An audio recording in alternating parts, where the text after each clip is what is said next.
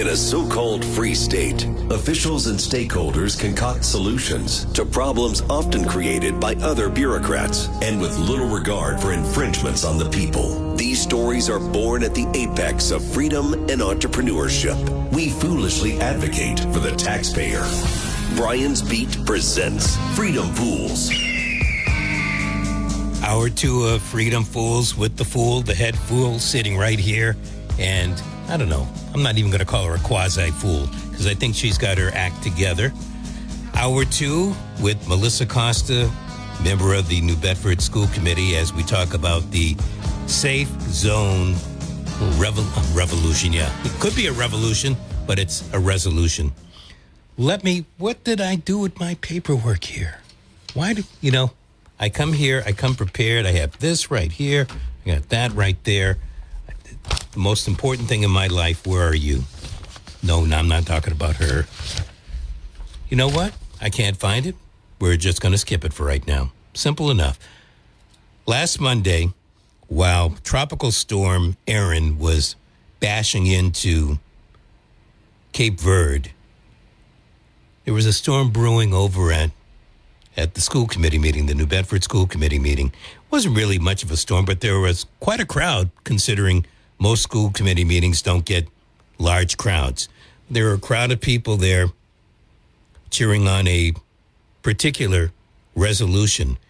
They got their chance to say a few syllables. The person responsible for the Safe Zone resolution is joining me in studio as I speak. Her name is Melissa Costa.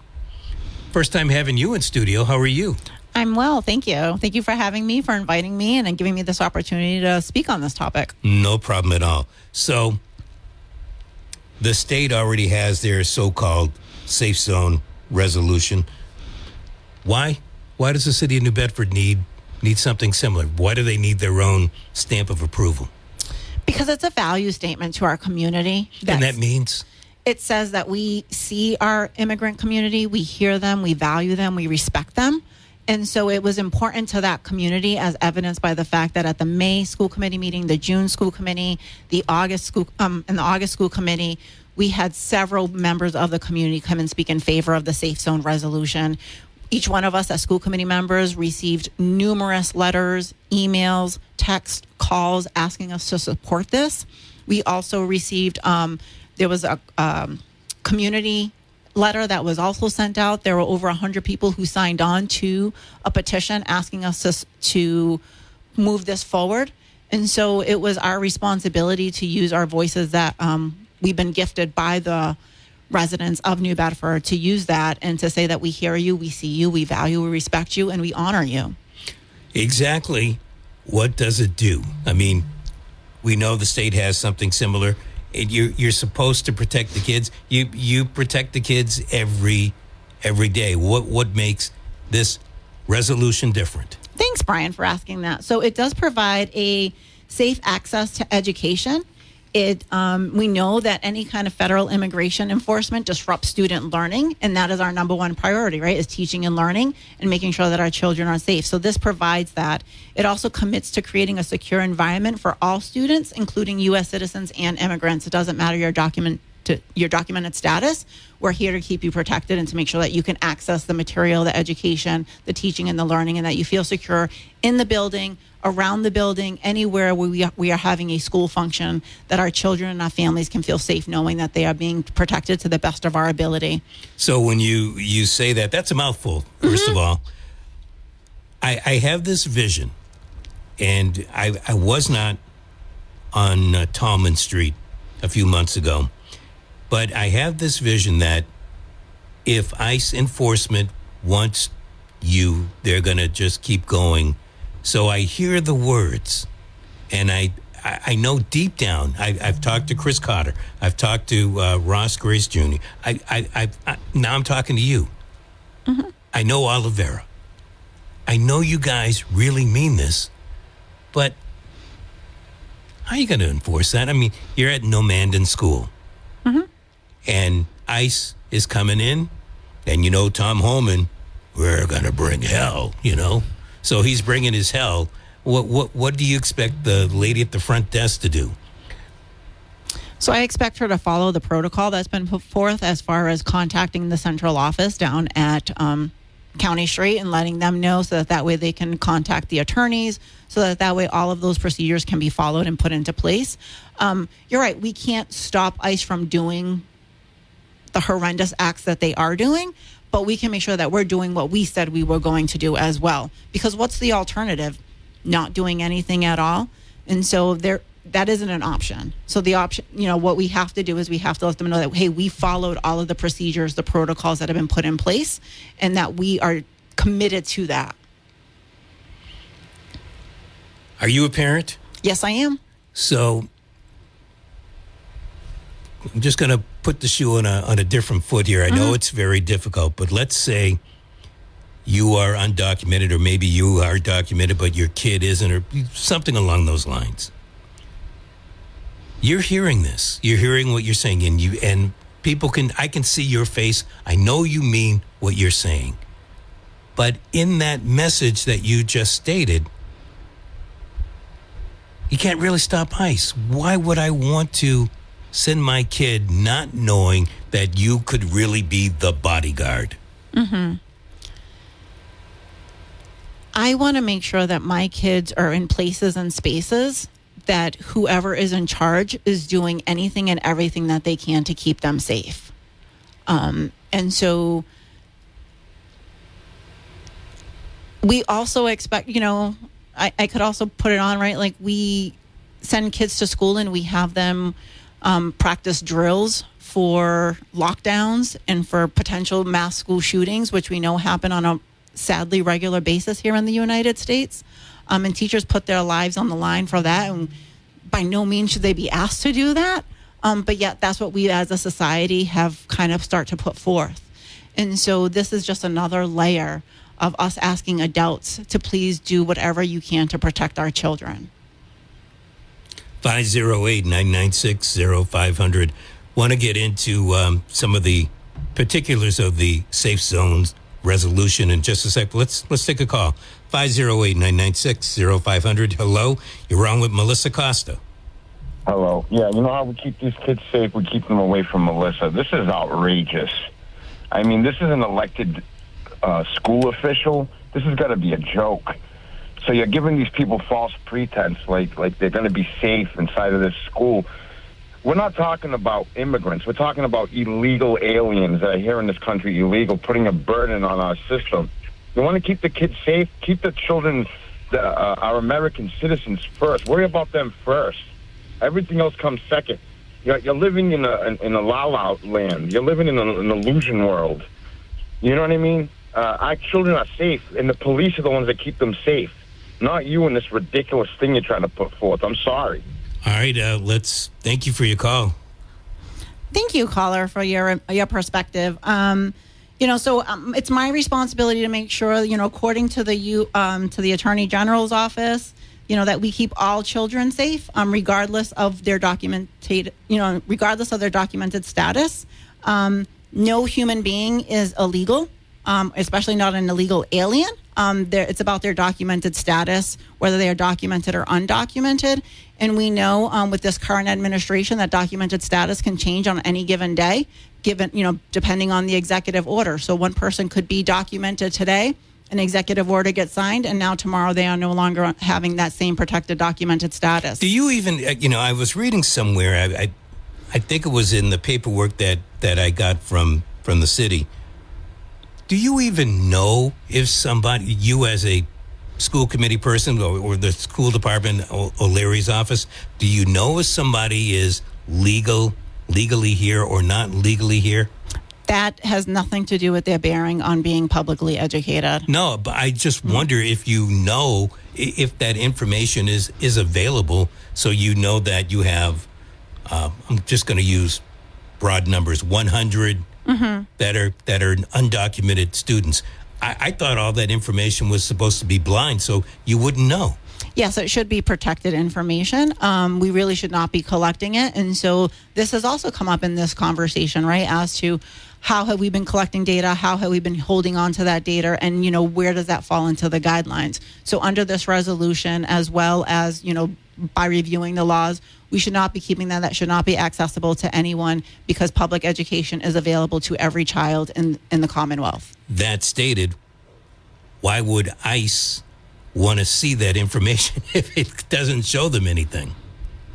ICE is doing a lot of things they probably shouldn't be doing legally.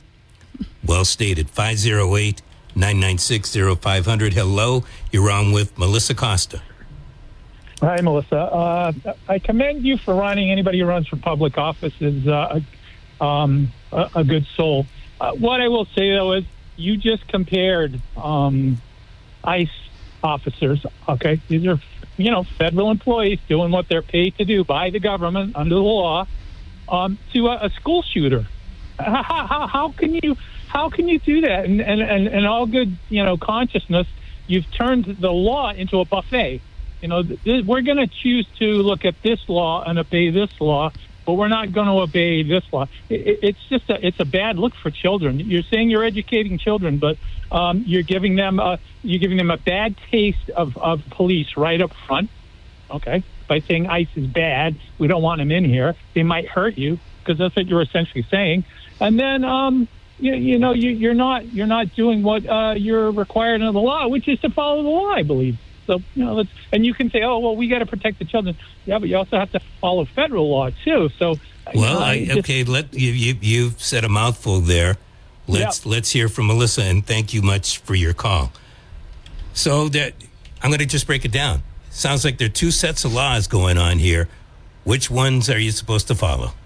So we are following the Commonwealth of Massachusetts Attorney General guidelines as far as ICE enforcement. And we've also seen a number of changes. I don't know about you, but I know if I saw a masked man coming up to me, not with nothing identifiable on them, with no warrant, I'd be scared.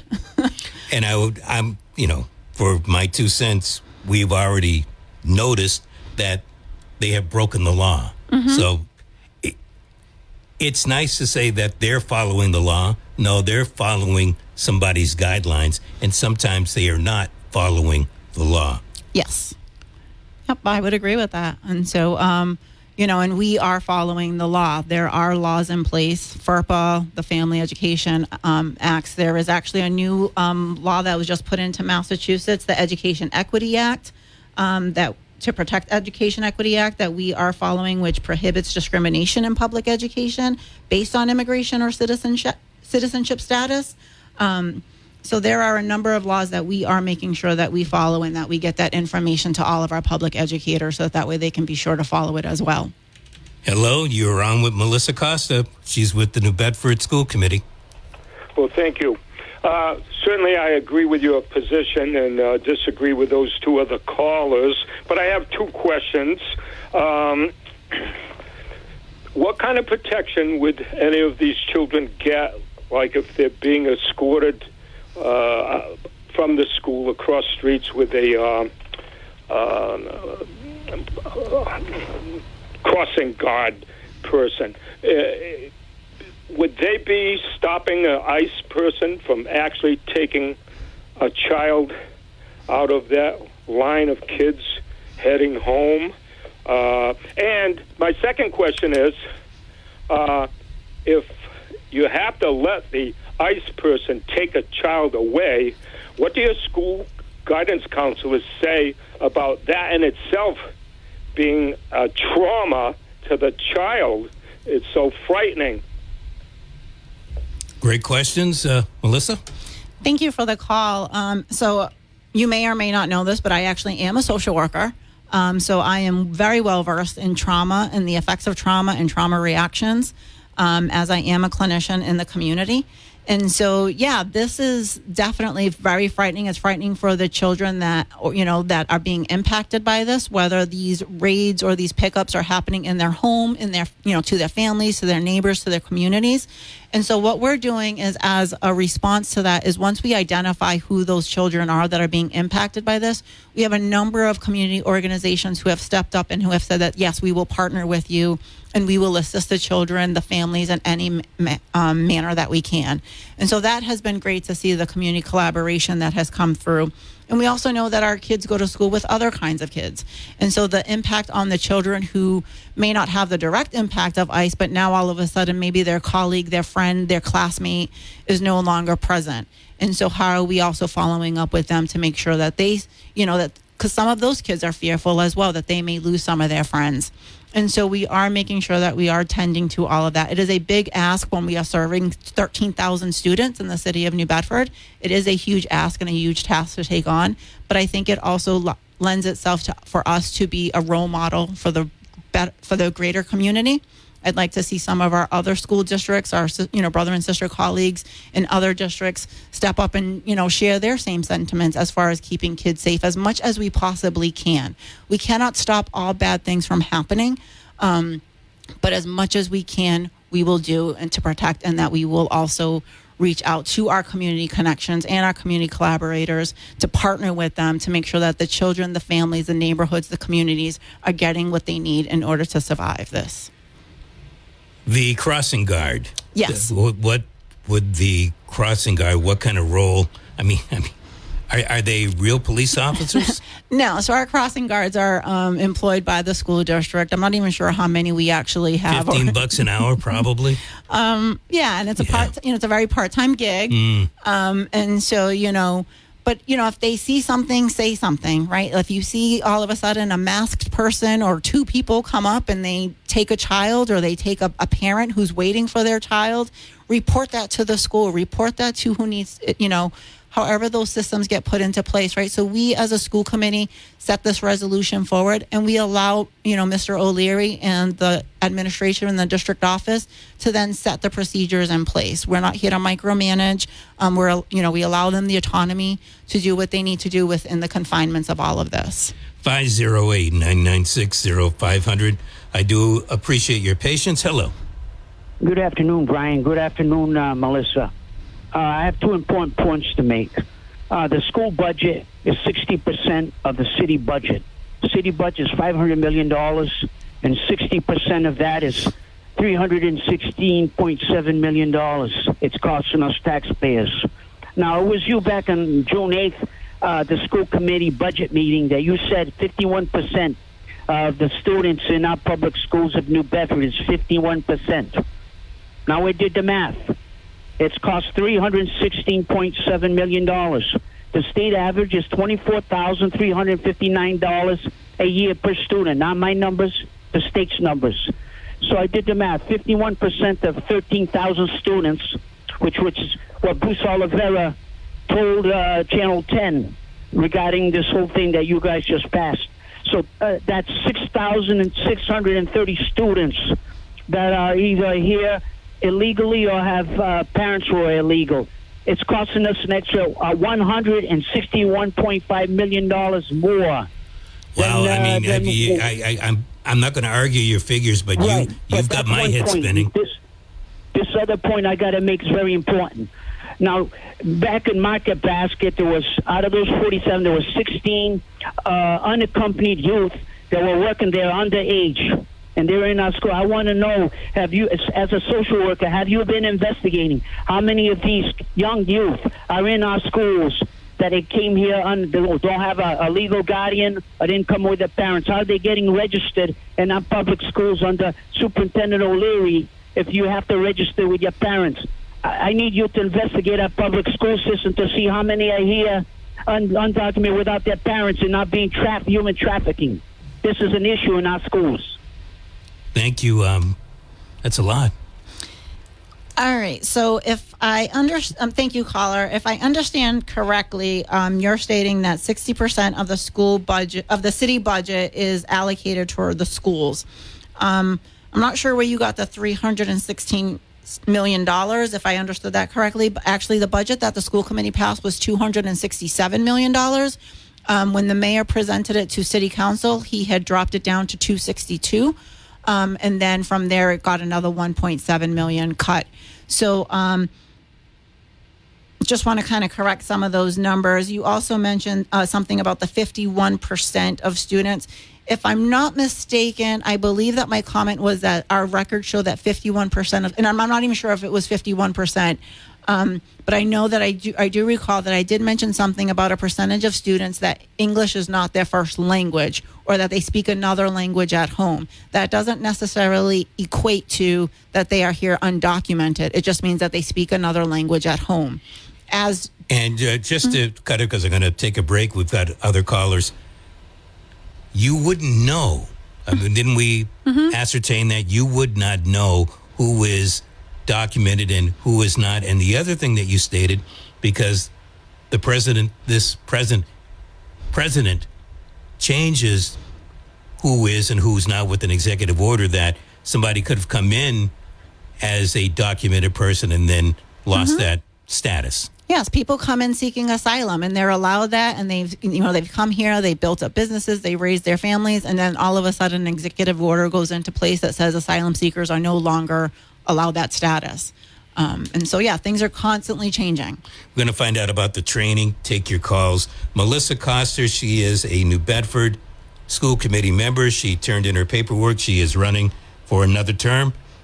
This is Freedom Fools on WBSM. It will be because we organized and forced a government to speak to our needs.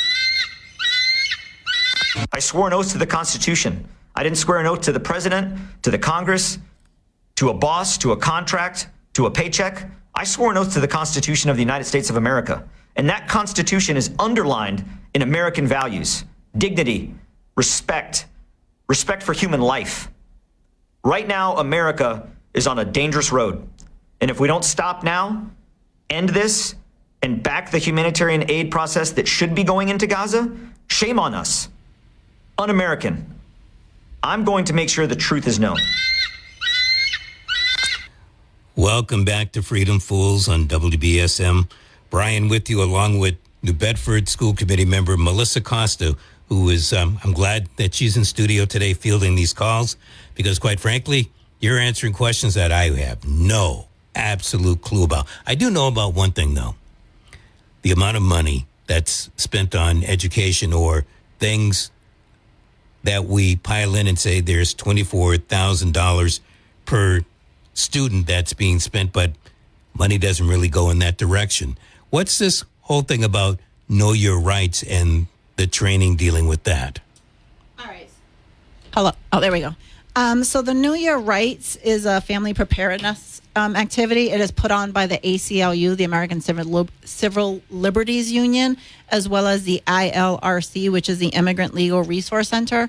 So it's just a way that if you get stopped by ICE, if you get stopped by police, if you have a particular disability, there are a number of things that go into like knowing your rights, what you are legally entitled to for someone who's here in the United States.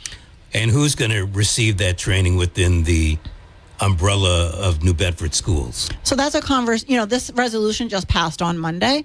And so now we get to start doing some of those processy works. And so I believe in Mr. O'Leary and his administration to kind of field some of that stuff and find out who are the best agencies and services and organizations that can help monitor us and help push us forward through this. I guess what I'm getting at, cafeteria workers, janitors, teachers, principals, parents, students, who is it intended for?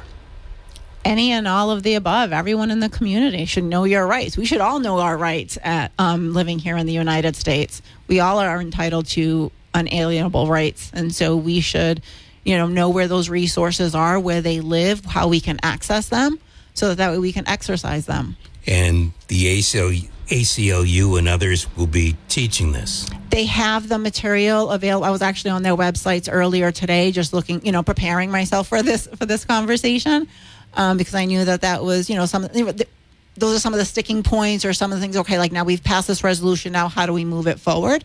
And so there are a number of agencies and organizations out there that have this material, that have this trainings available.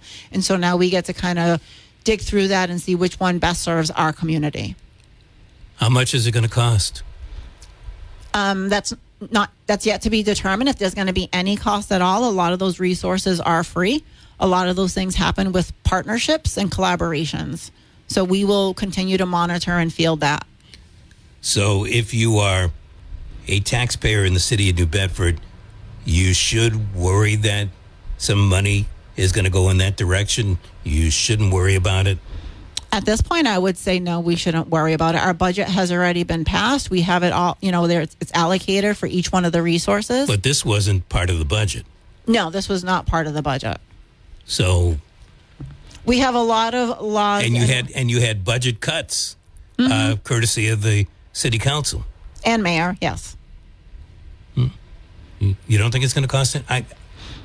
I find it hard to believe that anything that happens with our schools doesn't cost money. A lot of the resources are free and available online. The Know Your Rights, the red cards, a lot of those things are readily available free of charge. So people then should read that information to know their rights, as opposed to expecting that there's going to be an in-service for teachers to teach them, to train them. Maybe instead of teaching a kid how to put a condom on a cucumber, they might use that session to know their rights. Having a hard time drawing the parallel between those two examples. One is happening in health class and as part of that curriculum, and that curriculum has already been purchased and put forth. I'm talking about the time. Yeah. So maybe instead of teaching that health class will be devoted to teaching Know Your Rights. So maybe, and those are conversations that we can absolutely bring forth and find out how we're going to handle and manage all of it. Fair enough. 508-996-0500. Hello, thank you. You're on with Melissa Costa. Hello. Hello. Can you hear me? We can. Hello. Hi. I just want to, as a retired educator of 31 years in the city of New Bedford and a lifelong resident, I want to thank Melissa. I want to thank the Coalition to Save Our Schools for writing this resolution with Superintendent O'Leary and the school committee. And this has nothing to do with cost. This has to do with providing our children with a safe environment in their schools and giving family resources, so families who live in our community, whether they are illegal, documented, undocumented, so all our children have the right to public education, which all children do. When you start putting cost on things, there is no such thing as enough money for each of our children that live in the city. They all deserve a positive, enriching, positive education.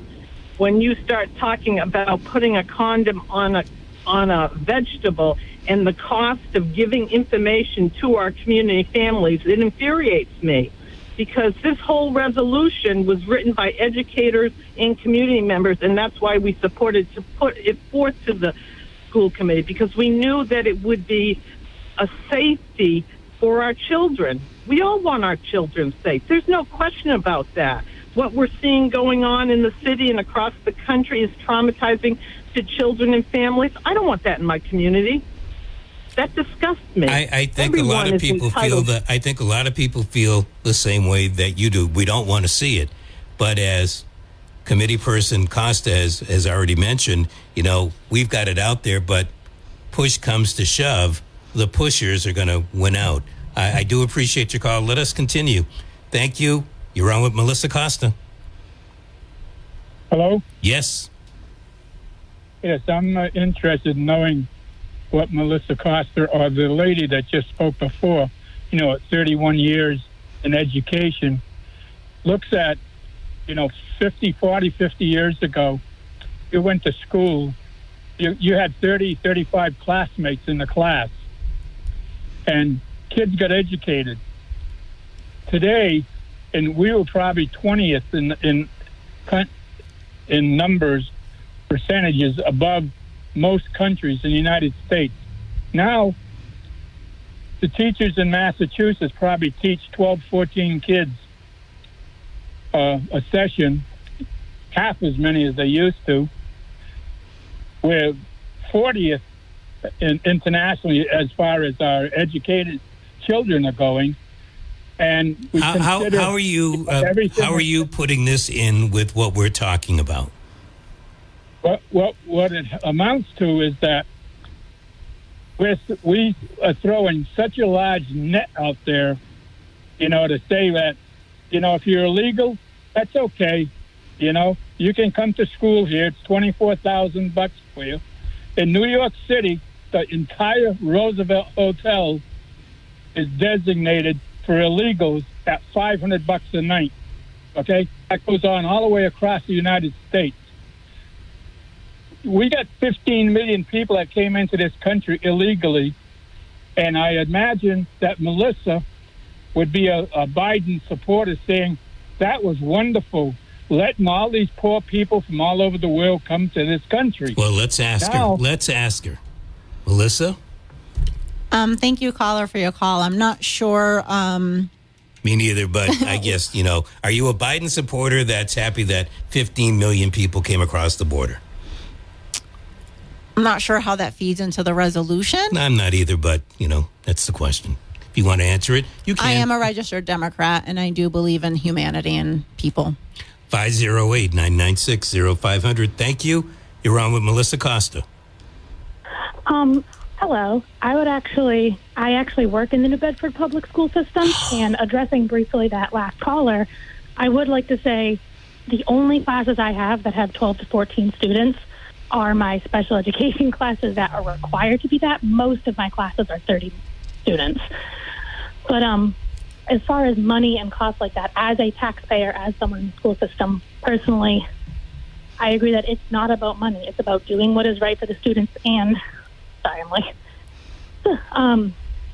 and part of why our numbers are probably lower than before, when we used to teach certain students, we weren't teaching the students who had trauma, who didn't have English as a second language, who had disabilities. We didn't teach any of those students. The more we bring into the system, maybe our numbers will look different, but that's not a bad thing. And I'm in support of supporting every student that walks through my doors. And anything about the safe zone resolution? Oh, yeah, I'm a huge supporter of that. I was in there cheering when it went through, and I'm just really grateful that we were all able to collaborate and get through. So can I ask you, I asked this of Melissa Costa, you're a teacher, and maybe you've got the kids out. I don't know what grade you teach, but if you were in a lower grade, maybe you've got the kids outside for recess, and ICE pops up. What are you going to do? They're going to say, I want to see that kid. What are you going to do? As far as I know, I am not obligated to respond to them. I would take my kids inside. I would not even consider handing a student over to them. Whether or not that's illegal, I don't think it's morally right. So, and they block you from getting to the door. I would honestly do whatever it took. I don't even care. Thank you for your service. Thank you for being on the front lines with our children. And thank you for your call. I do appreciate it. Let's continue. Hello. Hey there. Hey there. You're on with Melissa Costa. This conversation just proves to me over a long period of time, since prior to COVID, why people have lost trust in administrators and school boards, because they've taken what is a pretty basic job and turned it into a cabal. You had that teacher that called that was retired and said a really prophetic line: "You can't spend enough money on the kids." Well, at some point you have to have a reasonable budget and actually spend the right amount of money on the kids. And I think all of this is such garbage, and it's going to play out. And eventually they're going to turn the school systems over. And you've got, 6% per year are moving to homeschooling because they don't trust how the education is being provided and the quality of education. You guys are on the wrong side of this, and history will play this out. That's for sure. Got a question for Melissa? Are you guys spending any money to teach teachers about law? Because it seems like the last teacher was willing to break the law. You guys do anything on civics with teachers? How about civics with kids? Spend any money on that? Thank you. Thank you. I actually believe that we should be teaching civics in our classrooms, so that way we can get more voter turnout, right? We know that we have an election coming up, possibly a primary in October and the general election in November. And so I would love to see more civic engagement in our community. As far as, the budget in New Bedford, I just want people to understand that Massachusetts has a foundational formula that is put forth that sets the minimum basic budget for our districts.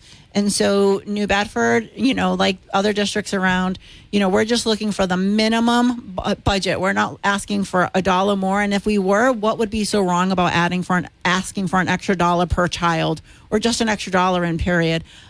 Every child deserves that and should get it. But we are just asking for our minimum budget based on the Massachusetts foundational formula that has been put forth.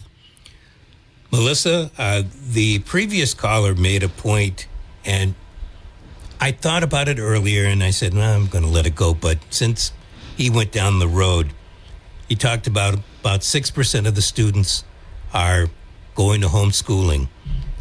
Is that an option? What kind of an option is that for some of these families that are scared of sending their kids to school because they don't know what's going to happen with ICE? Are you guys working on some type of program? Interestingly, this has come up recently. This past week, I've been reached out about homeschooling. And so I need to do my due diligence and do my homework as to what, so that way I can direct families.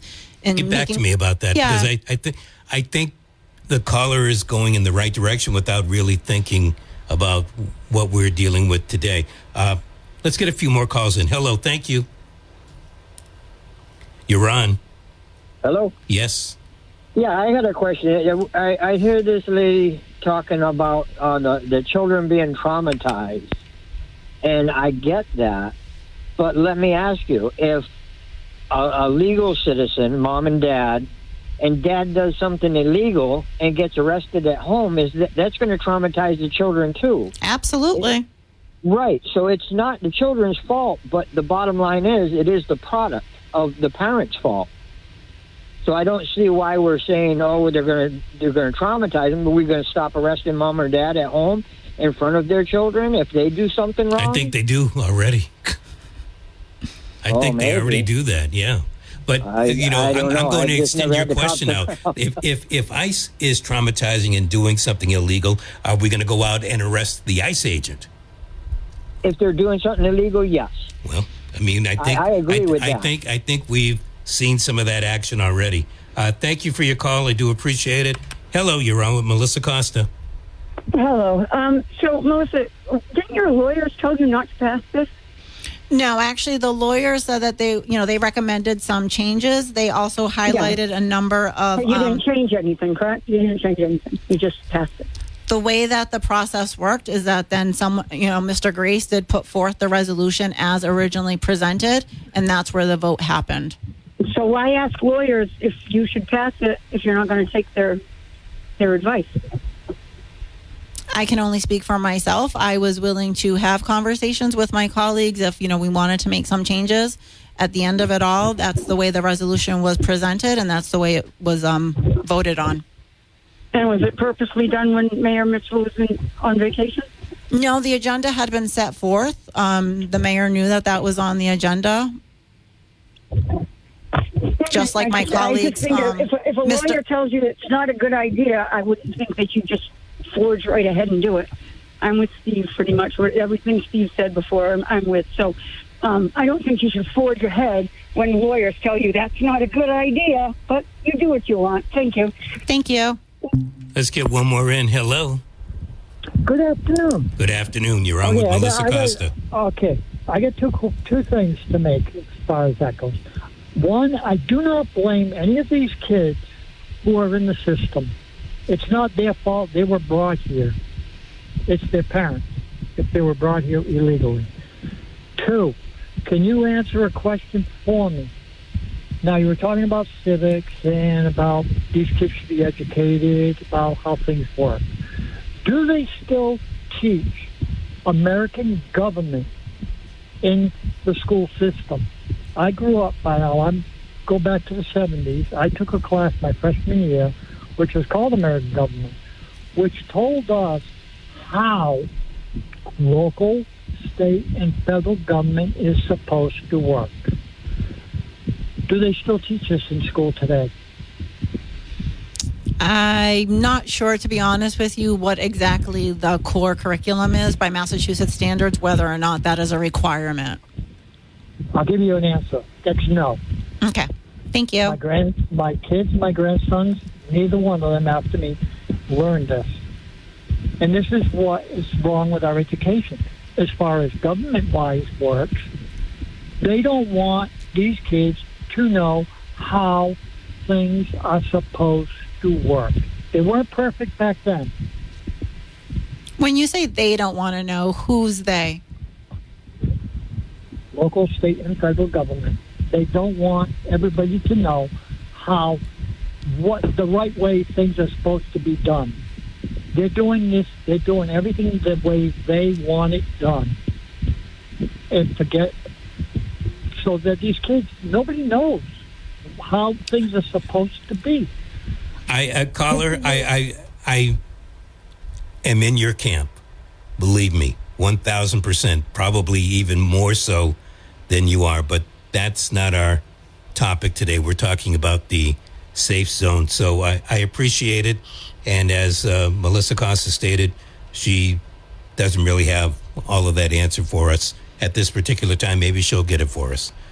508-996-0500 if you'd like to get in. We have a couple of more minutes with Melissa Costa. I'm going to take a little time right now because we talked about the training, and my point about the training is I find it hard to believe that it's not going to cost any money. Bruce Oliveira brought it up about another part of the plan here. Money's been cut by the city council and the mayor. Where is the money going to come from? Because eventually somebody's going to want to get paid. That's the way it is. Mm-hmm. So that's my question. Eventually you're going to have to, when somebody has their hand out saying you got to pay for us to do this in order to make sure your kids are as safe as your safe zones resolution authorizes, who's going to pay us? Where's that money coming from? I think that's a great question, and that's something that we will absolutely explore. Shouldn't you guys have looked at that prior to passing this resolution? So we get a lot of guidelines from the Massachusetts as well as from DESE, the Department of Elementary and Secondary Education. We have resolutions that come our way. There are a number of things that are put into place, and the money doesn't always necessarily follow it, and we're just told to kind of figure it out. And as resourceful as the greater New Bedford community is, we will figure this out. Let's take another caller. You're on with Melissa Costa. Hello? Hello? You. It is me. It's you. Cross your heart. I'm just questioning the cost per student real quick. $24,000 or more per student. Based on a 12-month year, that's $2,000 a month, $500 a week. I just can't believe that the cost is there, that it costs that much. It just blows me away. And they're not in school for 12 months. It's based on 180 days. So what is the actual cost? Good luck getting an answer on that one. Yeah, and then one other quick topic is when I hear things are free, I have to wonder who's on the free end and who's on the paying end. Because things are never free. Nothing in this world is free. It's free to you or free to someone else, but it's not free to the person that's paying. And that's all I have to say. I just think it's an outrageous amount of money. And to say, oh, what's another dollar, that's what's got us to this point, is by just asking what's another dollar. So have a great day. Have a good weekend. Good point. Melissa Costa. Thank you. So I do want to also, recognize that there are a number of grants that are also available that the organizations and the agencies are able to apply for, that they're able to get, that then we are able to be on the receiving end of those free trainings, workshops, professional development. Where do those grants come from? Are they state grants?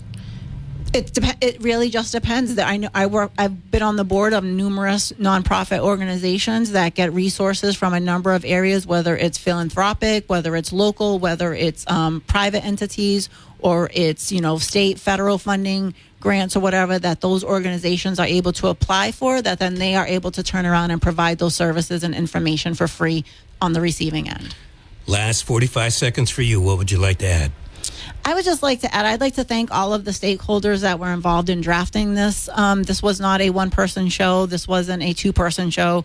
This was parents. This was students. This was community organizers. This was immigrants. This was non-immigrant, people who are American citizens that were all at the table. This was administration.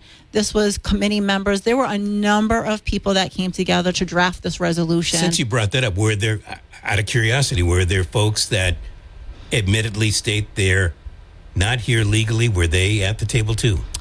I did not ask that question, what their documented status. Nobody came out and said it. I did not ask. Nobody stated on their own. I do not know what their status was. Fair enough. Go ahead. They are a human being. They are breathing. And so that... Yeah, I hope they are breathing, right? They are breathing. It wasn't AI.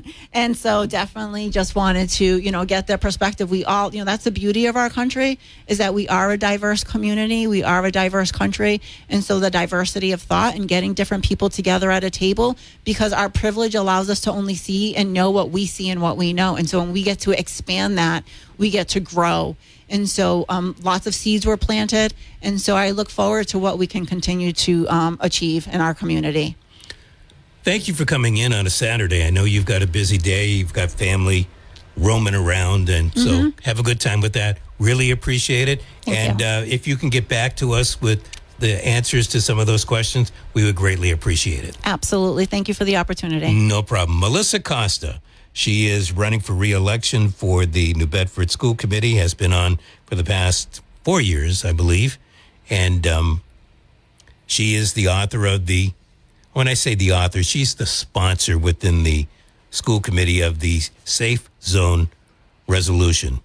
Hour 3 coming up, we're going to be talking about something else, dealing with elections. When we come back on Freedom Fools. We don't believe in integration, but we do believe in brotherhood. It is not Israel's job to feed and clothe and bathe and arm the Gazans until they're strong enough to conduct another October 7th. My thanks again to Melissa Costa coming in on a Saturday. She is a New Bedford School Committee member, the author of the Safe Zone Resolution. We talked about it during the hour. 82 in Rehoboth, 80 in Fairhaven, 80